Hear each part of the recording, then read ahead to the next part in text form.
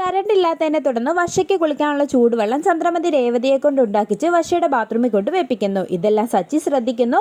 തുടർന്ന് ശ്രുതിക്കും സുധിക്കും കുളിക്കാൻ ചൂടുവെള്ളം വേണമെന്ന് ആവശ്യപ്പെടുന്ന ചന്ദ്രമതിയോട് എനിക്ക് പറ്റില്ലെന്ന് രേവതി പറയുന്നു.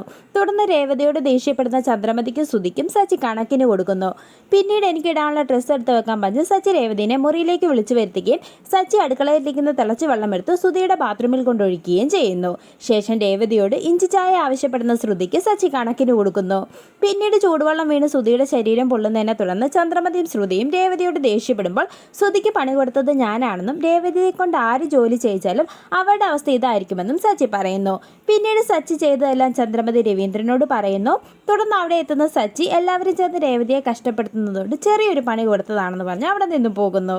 ശേഷം ഈ വീട്ടിൽ സ്വസ്ഥതയും സമാധാനവും ഉണ്ടാകാനായി സച്ചിനെയും രേവതിനെയും ഇവിടെ നിന്ന് മാറ്റി താമസിപ്പിക്കാമെന്ന് രവീന്ദ്രനോട് പറയുന്ന ചന്ദ്രമതിയെ കാണിച്ച് എപ്പിസോഡ് അവസാനിക്കുന്നു.